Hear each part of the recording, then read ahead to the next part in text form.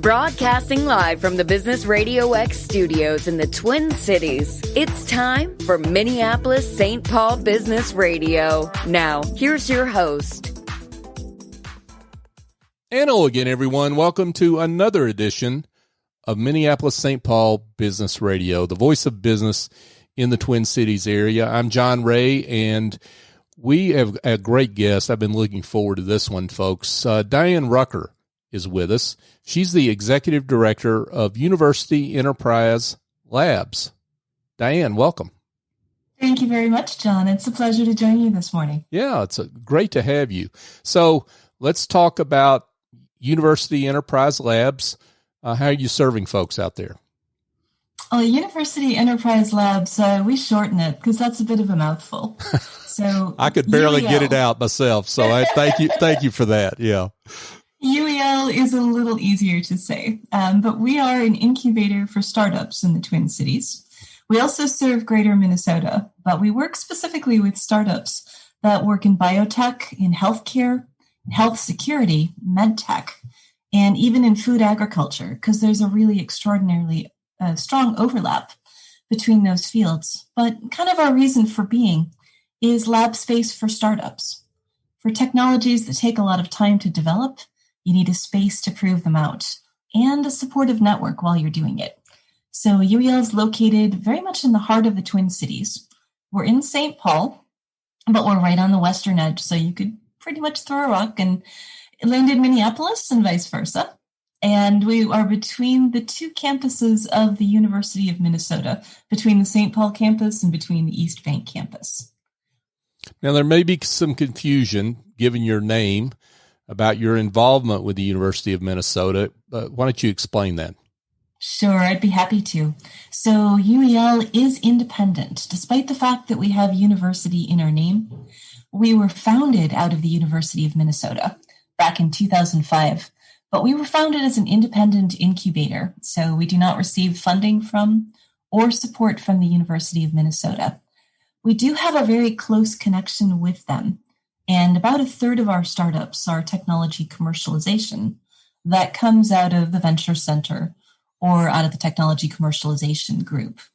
And about a third of our startups are related to larger businesses who are choosing a place to develop a technology off their campus or in a slightly different way. We like to think of it as sideways rather than a directional. And then about a third of our startups are entrepreneurs with an awesome or crazy idea, people who want to try something and see if it works and need a space to work on it. So before we get into some of the details of how you serve startups, let's talk about you. I mean, tell us a little bit about your journey and what you've done. You've done a lot in the startup community over a long period of time. To talk a little bit about that. I have. I would say it's been a very bizarre journey. I think is probably a good way to describe it. Most startup journeys are, so. Which is what makes me, I think, uniquely qualified and uniquely enjoying the startup community. Mm-hmm.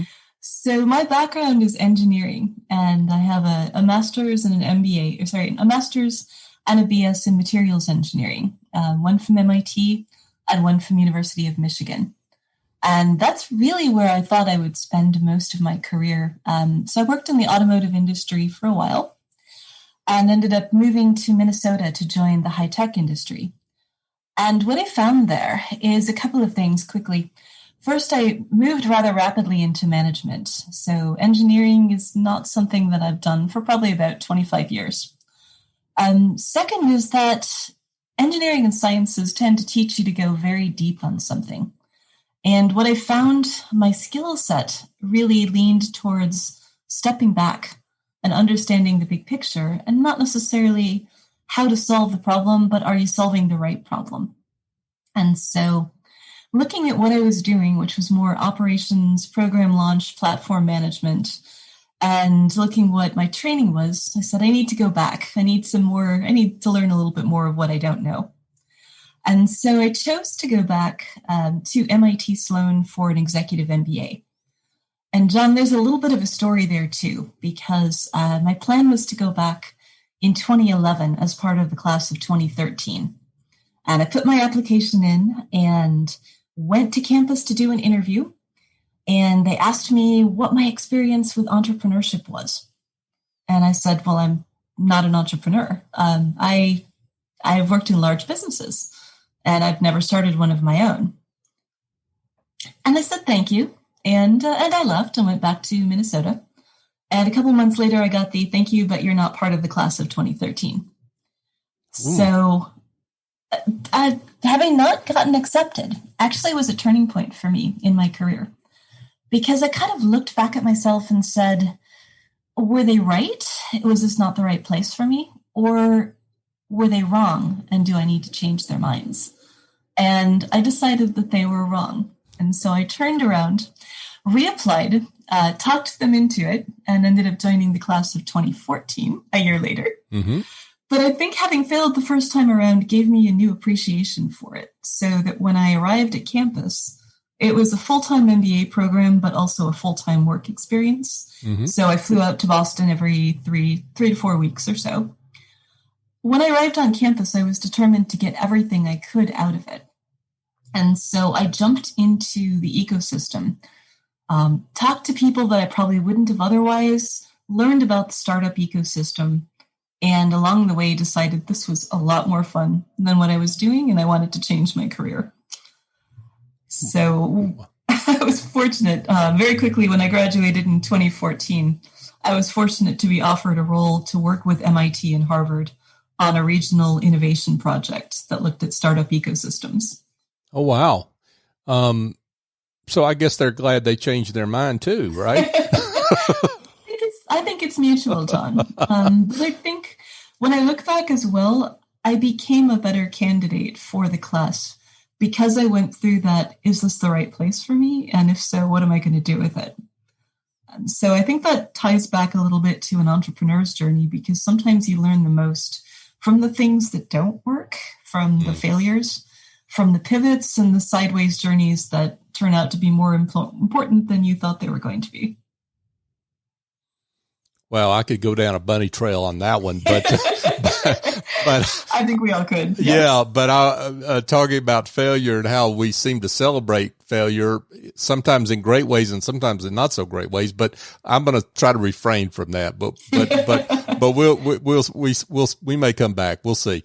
But you talked about your experience there in startup ecosystems.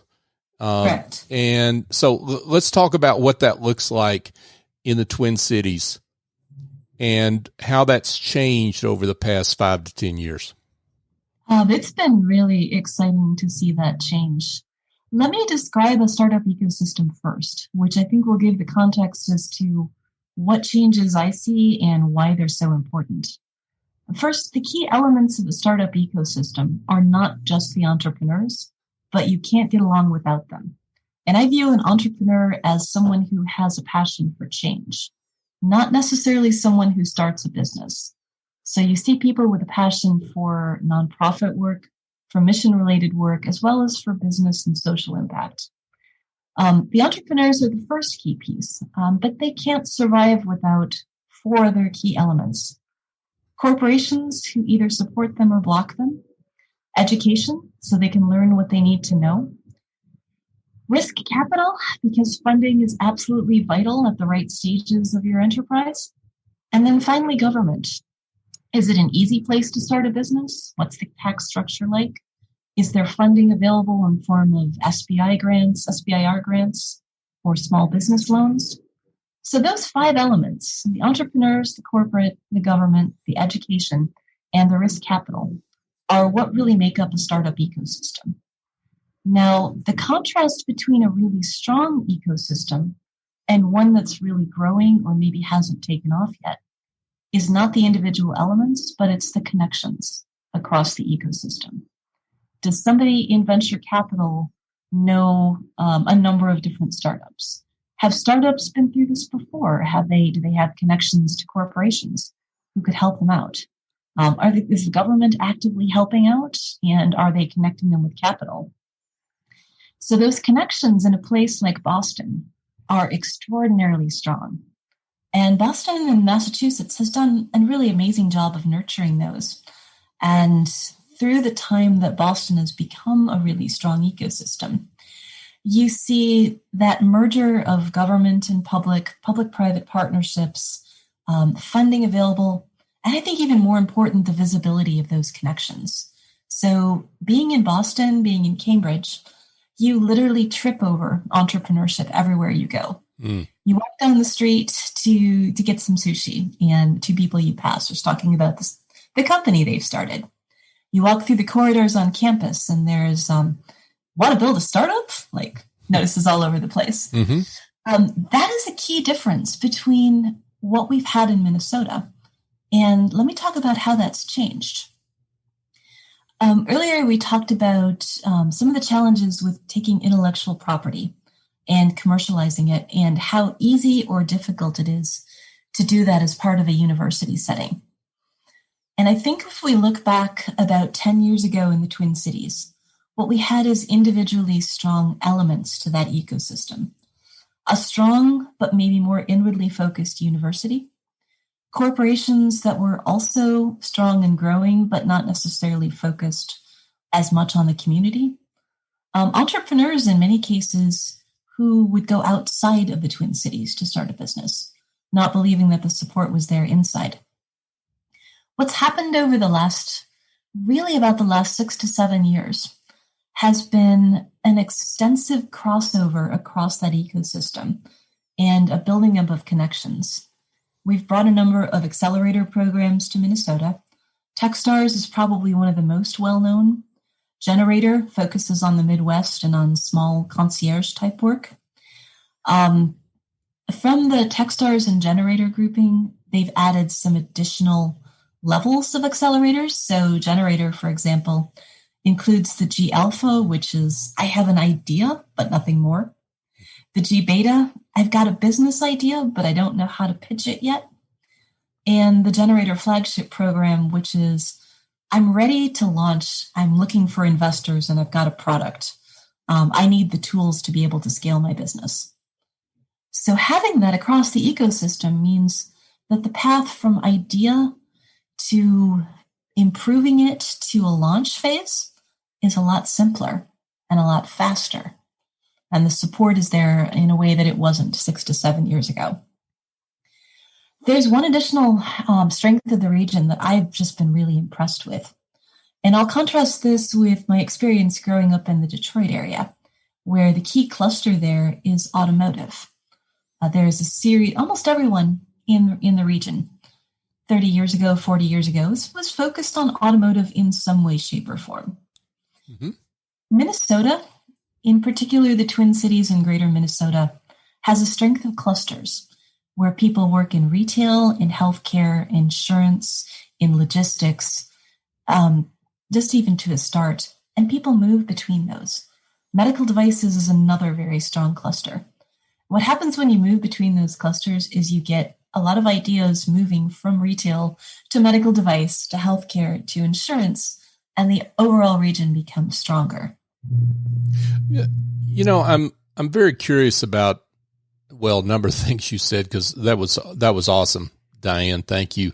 But what you're talking about in terms of measuring the strength of the startup ecosystem is connective tissue, and measuring that is a qualitative thing, right? I mean, it's not quantitative like the media newspapers was like to do rankings and all that kind of thing, which don't really capture what you're talking about, right? And it can be both, John. Okay. So let me let you finish your question. No. And I'll happily. Yeah, no, go ahead, because I think you know where I was going. So go ahead. I think I do. So we treat it as qualitative, more as Boston good, maybe somewhere else not so good. Mm-hmm. And when we start to look at quantitative measures, it not only brings a little more clarity to what we're talking about, a little less of a nebulous overall ecosystem, and a little bit more of specifics that we can tie to businesses, to job creation, to education and workforce development, as well as to those little more nebulous connections that we've described. So a few of the key metrics that are really important. Let me start with 2-year and 5-year business survival rates, which is one where Minnesota consistently ranks in the top 3 to really the top 1 to 3 across the states in the U.S. The reason the 2-year and 5-year survival rates are significant is because when someone starts a business in Minnesota, they do their research ahead of time. They think about it. It's a little less, hey, I think I'm going to start a business tomorrow, and a little bit more of, I've been thinking about this a long time. Let me talk to a few people. Let me get some ideas. Let me figure out how I'm going to do this. And I'm going to put all the pieces in place so when I do this, I not only minimize the risk, but I improve my chances for success. So 2-year, 5-year survival rates are typically tracked by the Department of Employment and Economic Development, DEED. A couple other metrics that are key. Job creation is one of those, but it's even more specific than that. It's not job creation overall, it's job creation from new and growing businesses. And I'll distinguish that between 2 different types. There's a small and medium enterprise, which is like your local dry cleaning store, maybe your favorite local burrito store, or there's an awesome place in the Mall of America called Minneapolis, which I just love. Mm-hmm. So small and local businesses that are not necessarily designed to grow outside of the clusters, small and medium enterprises. I'll contrast those with innovation-driven enterprises where you're starting maybe a little small. It may take time to develop that innovation, and it may take some money to develop that innovation, but you're expecting it to scale.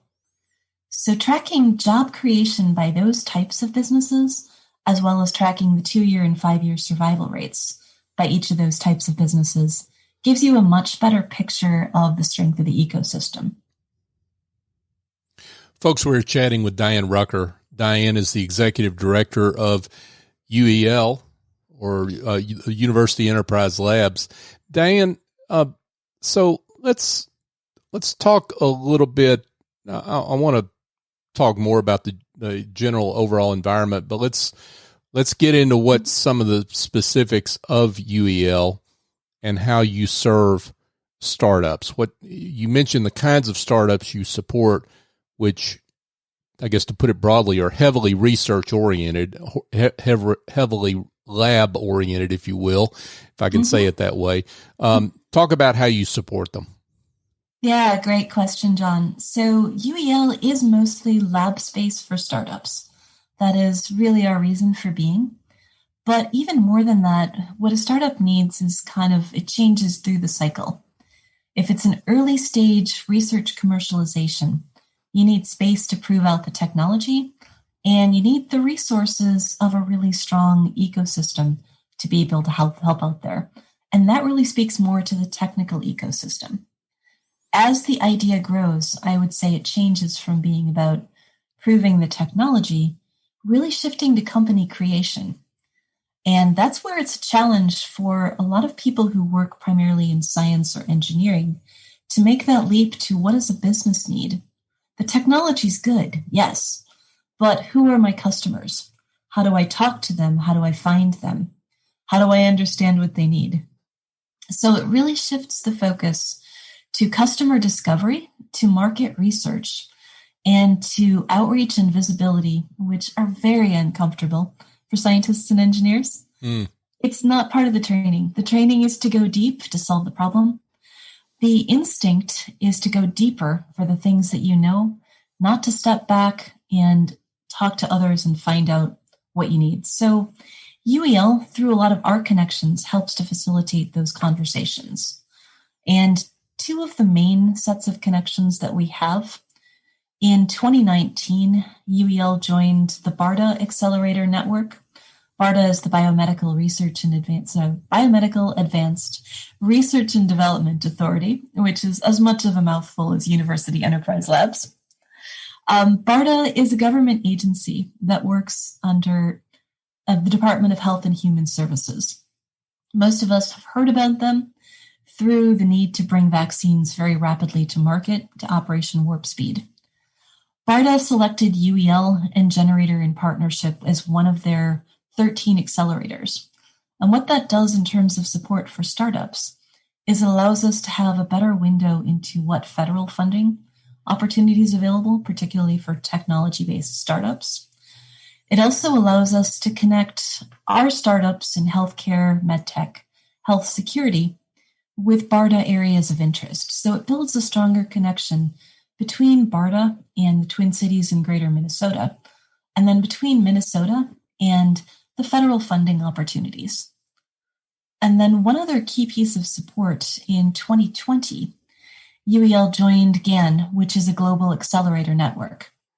And what GAN provides is specific resources for startups that are not just regional, but really global. So there are opportunities to connect with regional ecosystems around the world, to maybe connect a startup with an investor network or a corporate partner that they might not have access to. And one of the most important resources that I believe GAN offers is mental health and wellness resources for entrepreneurs, because it's really hard to be a lone entrepreneur. Sure. And you need that appreciation for just how hard it can be when you get stuck and somebody to help you get out of it. Wow, that's great work.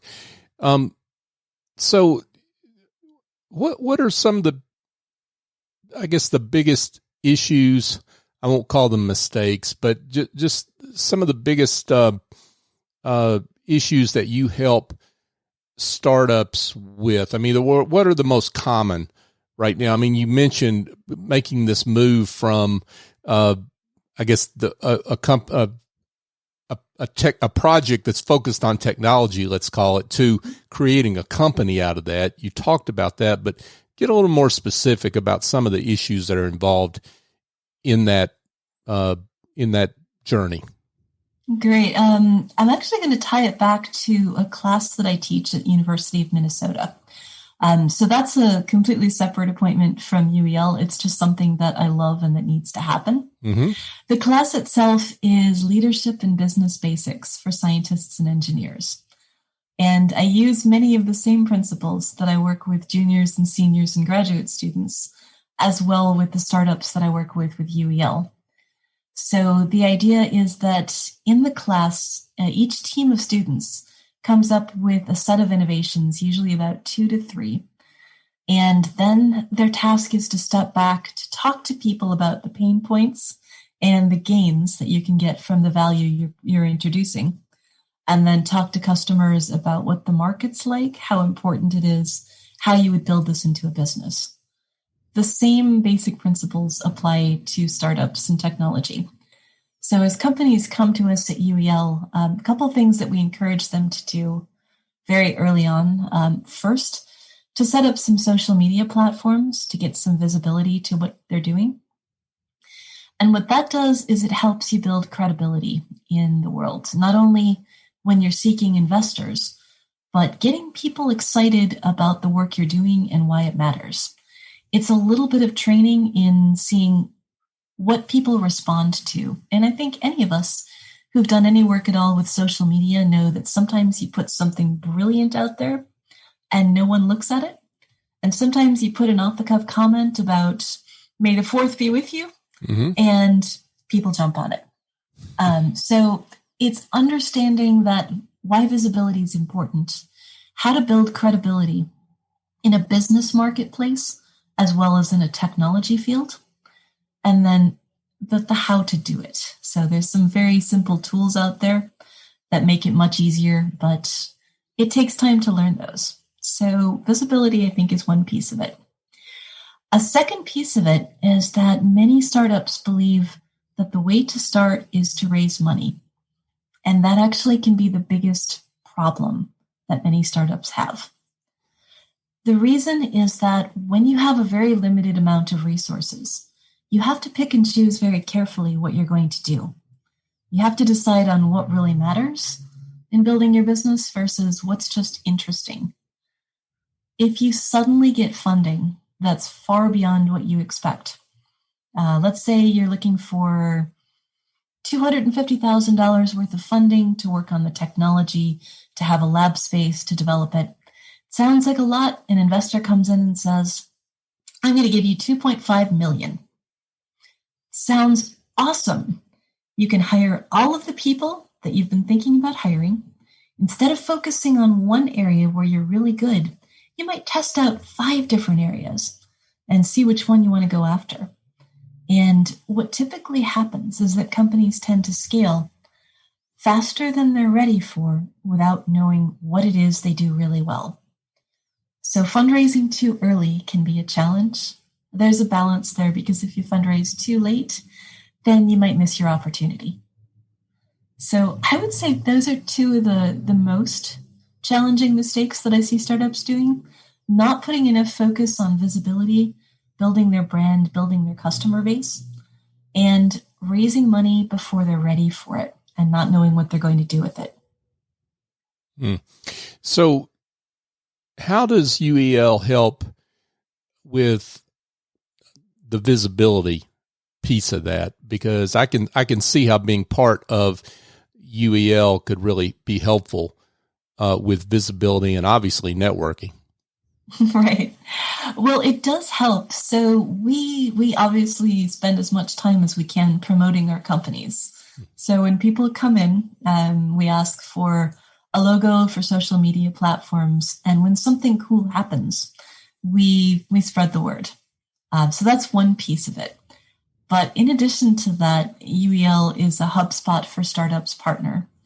And HubSpot is a CRM platform and an outreach platform. Very simply, it's an inbound marketing platform.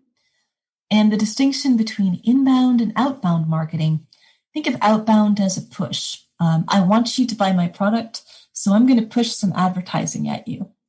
Inbound is a little bit more of, I'm doing something cool. I'm going to spread the word so that you can find me. So what you do instead is you create content, credibility, and people find you as that content is more widely distributed. So we encourage our startups to work with this. It's not the only platform by any means, but it's a really easy way to start, and HubSpot makes it extraordinarily simple for people to get going. In fact, what they do is they provide something like it's a free CRM plus a 90% discount on any additional services that you provide. It's a sweet deal for startups.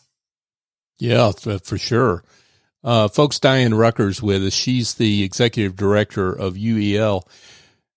So, Diane, I want to get back, if I can, just for a second to the startup ecosystem in the Twin Cities, because there's one aspect to that I think is important. And because we often, like the comparison you made to Boston, I mean, sometimes we look at other areas and we see glass half empty.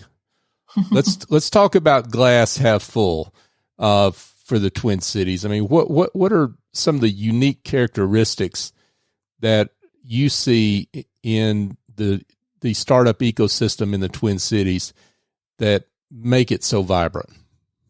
Yeah, that's a fantastic question as well. To start with, one of the things that I've seen really evolve over the last 3 to 4 years is a focus on diversity and entrepreneurship. And that is something where we're deliberately seeking out people of color, people in underrepresented groups, women, minorities, LGBTQ, people who you don't normally think of as entrepreneurs. Because in the back of our mind, you mention the word entrepreneur and almost inevitably, people go to Steve Jobs or Elon Musk or Mark Zuckerberg. And that's awesome, but that's not the community that we're serving.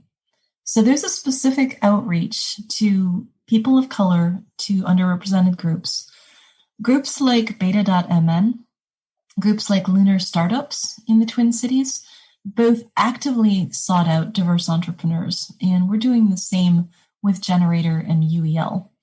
We have some exciting things to announce for this coming fall for our cohort for G-Beta MedTech. I can't mention it yet because it hasn't been officially released, but we'll be doing, again, some more active work to seek out a more diverse cohort of entrepreneurs.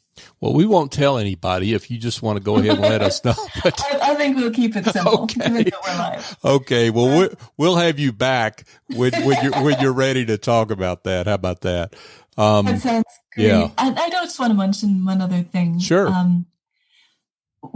I think one of the challenges for entrepreneurs is seeing others like them and then added to that, figuring out how to get started. Mm. And the Twin Cities has done an extraordinary job of making those resources more visible and more approachable, more accessible across the Twin Cities and greater Minnesota.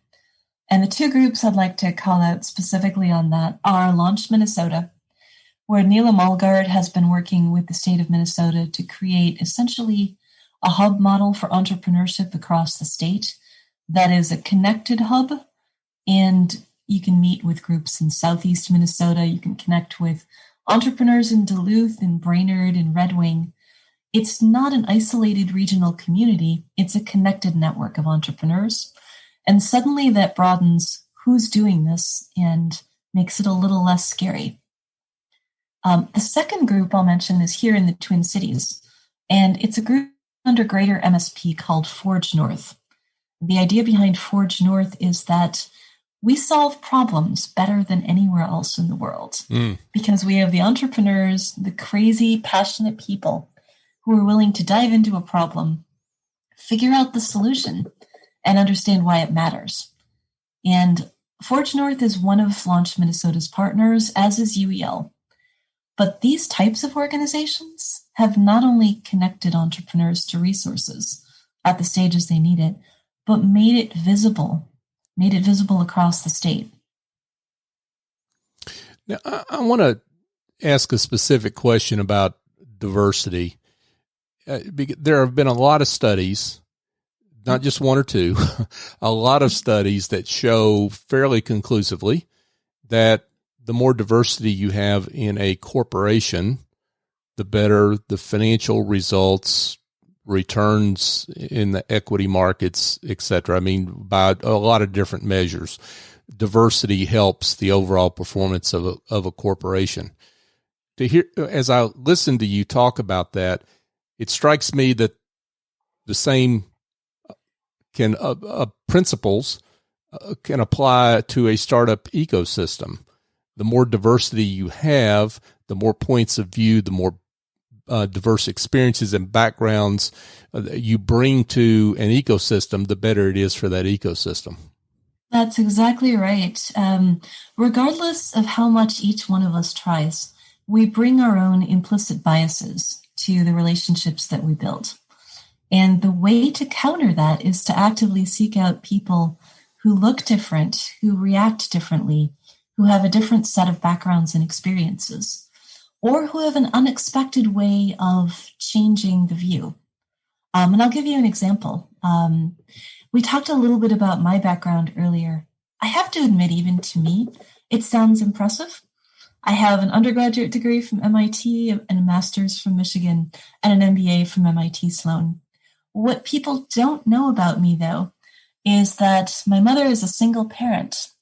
I was the first in my generation to go to college, and I wouldn't have been able to attend MIT without some extraordinarily generous financial support because MIT meets 100% of demonstrated financial need. So what it was is an opportunity for me to change my path. And that to me gives me the perspective on how working hard, how determination and grit can really change the area that you're in, can really change your environment, and how finding the opportunities and making the most of them can be something that applies to all walks of life. So although it appears a very privileged existence, and there's elements of it, it's a little scrappier than I think most people see. And finding, again, those people, those viewpoints, those perspectives that are not like yours are what make the ecosystem stronger, because you ask a question as to why you would do something, and someone points out, why not? I love it. Diane Rucker, Executive Director of UEL. So, okay, I'm a startup, or I've got an idea that I think makes for a worthy startup. I'm ready to get involved in UEL. How can I do that? And I know I'm asking a loaded question. Yeah. Well, for starters, I will say there's been extraordinary demand for what we offer over the last year, especially. So UEL is mostly full. That said, we have a waiting list and we always turn spaces over. So if you're looking to grow a technology company, contact us early. And the best way to do that is through our website, which is www.uelmn.org. Another way to do that is to reach out to us personally. You can find me at diane@uelmn.org. And then follow us on social media. We're on LinkedIn and Twitter, a little bit on Instagram. We're working on that. But that's kind of it's a chaotic place for us. We're learning as we go. But on Twitter, you can find us at UEL_MN. And LinkedIn should be easy if you just put in the whole long name, University Enterprise Laboratories. There you go. We'll circle back and we'll have all these in the show notes, by the way, folks. So fantastic. So take a look there. But what do you need? I mean, you're full right now, but talk about what your needs are as an organization, who you're trying to connect with yourself. Yeah, that's a great question as well, John. So UEL, I mentioned, is an independent incubator. And one of the challenges with that is that we fund many of the mission-related activities that we do through partnerships, through sponsors, through donations. Another challenge is that the entrepreneurship ecosystem keeps changing. So what we want to and need to offer to our startups continues to evolve. And so as I look at what UEL needs, I think it really falls into three categories. The first is we need to maintain, strengthen, and grow those connections, the ones that I talked about with Barda, the ones that I talked about with GAN, and then across the state of Minnesota, as well as the global connections we have. So networks and connections that need space, need incubators, need growing of technology. We appreciate those connections. Second, we need to understand what the market needs. And the best that we can do that is to talk to our customers and to hear from them. So understanding what the market needs is not just about how we develop lab space, but it's what's that interconnected network of resources that's needed and where is it located? And I bring that back because 2020 for all of us was a time of isolation. We see each other over Zoom calls, over Microsoft Teams meetings, telephone calls. We spend more time in our computer chairs than ever before. And as we return to work, I think that that's going to change. I think we'll see even more value in the face-to-face connections. And that comes back to a place like UEL and says, how do we evolve to meet the changing needs of 2021 and beyond? What types of connections do people want to make in person? Do they want to join big events? Do they want to be part of small gatherings? Do they want more targeted connections with investors and entrepreneurs and very cool thinkers? So as we look at that, we're thinking about how we re-envision UEL as not just a place for startups and lab space, but as a true innovation hub for the development of medtech, biotech, and life sciences. And there's some really interesting discussions in the works. Again, I might have to talk to you again in September or so, but there's an opportunity to reimagine the way we see space and the way we create those active collisions between people who need to see each other and talk to each other. And then third, we can't do this alone, or nor should we do this alone. Mm-hmm. Because UEL as an independent incubator is an awesome space. But UEL, with a group of partners, sponsors, and connectors that have a stake in not only our success, but that of our companies in our region, is a much, much stronger entity. So I look forward to building those strong connections, to forging those connections that can help all of us, and to really seeing the explosion of innovation that's taking place in the Twin Cities now. Well, great work. Diane Rucker, She's the executive director of UEL, University Enterprise Labs. Diane, this has been awesome, and I could keep going, but we're just going to have to agree for you to come back and fill us in on your progress at that point. But let's again repeat your coordinates. Make sure folks are aware of how they can get in touch with you as they want to connect. That sounds great. So you can reach us at the website at uelmn.org. And you can also find us on LinkedIn, on Twitter under UEL_MN. And also please feel free to reach out to me directly at either Diane@uelmn.org or at startup@uelmn.org, either of which will come to us and we'll be able to help you out. Diane Rucker, it's been a pleasure. Thanks so much for being with us. Likewise, John, and thank you so much for the invitation to join you. I've enjoyed it very much. Yeah, me as well. Thank you. Folks, just a quick reminder and a request. So you can find the show Minneapolis-St. Paul Business Radio. Use that search term on your favorite podcast app. Subscribe, please, if you're not already done so. And here's my request. I'm boldly asking for a 5-star review.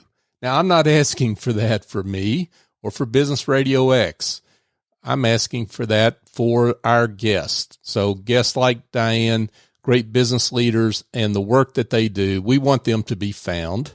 And we want them to, speaking of connections, to be able to connect with people that need their services, their products, and their collaboration. So if you could do that for us, we appreciate it. When you give us that support through subscribing and through giving us a great review, it helps people find the show and helps those connections to be made for our guests. So we would appreciate it if you would do that. You can find the show, complete show archive. If you go, one easy URL to use is minnesotabusinessradio.com, and you can find our complete show archive. And so you can check us out there as well. So for my guest, Diane Rucker, I'm John Ray. Join us next time here on Minneapolis-St. Paul Business Radio.